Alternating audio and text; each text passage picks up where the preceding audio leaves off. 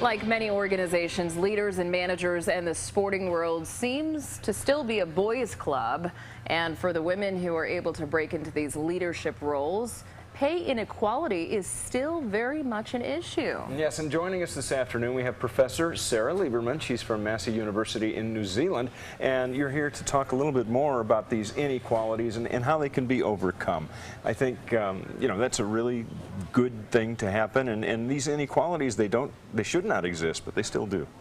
Yeah, no, they do, and they exist both in New Zealand and in the USA. And one of the reasons I think they exist is because it's taking a long time for women to get into the leadership roles within sport, and that might be as a coach, or for you here as athletic directors, and for us it might be as the head of a national sports organisation.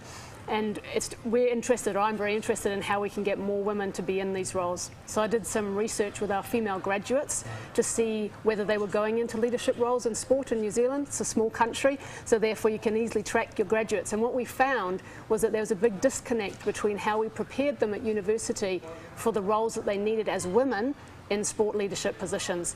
And for us that was a salient learning experience, and it's about us at the universities making sure we expose them to what the environment is really going to be like. And they talk about it being a boys' club. They talk about there being long hours, low pay, and then when you want to have a family, how do you manage that? How does that work?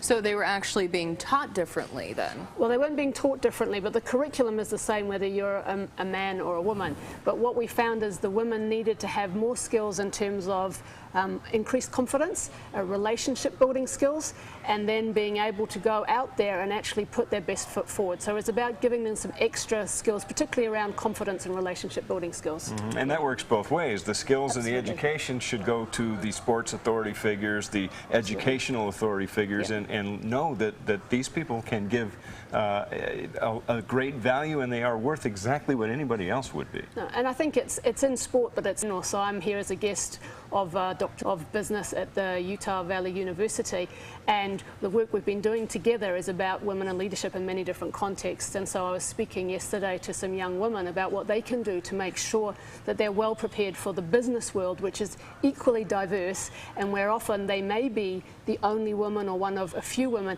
at the senior executive table. Why do you think there still is that inequality, not just in the sports world, but this really is across the board? I mean, women do make less than men, especially in states like Utah. So are women at all responsible for some of this in any way? I know it's probably an unpopular thing.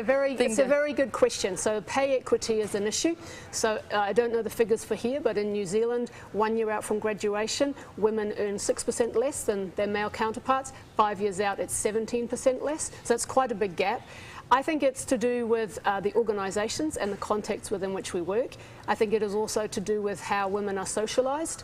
So many women will go, I've got a job, I'll take it, and they won't negotiate for their pay, whereas men will often negotiate. They won't take the first job as it comes. And so those are the kind of skills that we need to equip young women with, so that when they leave university they can do that. But I also think it's about the sector, be it sport, be it business, coming on board, and there being some leadership from the top in those organisations to make sure that women are given the same opportunities as men once they're in there. So I think it's a joint shared responsibility. So that glass ceiling is still a little bit lower for women than it is for men, and maybe men in business, or businesses, as you say, the entity itself needs to be thinking about opening these doors a little more.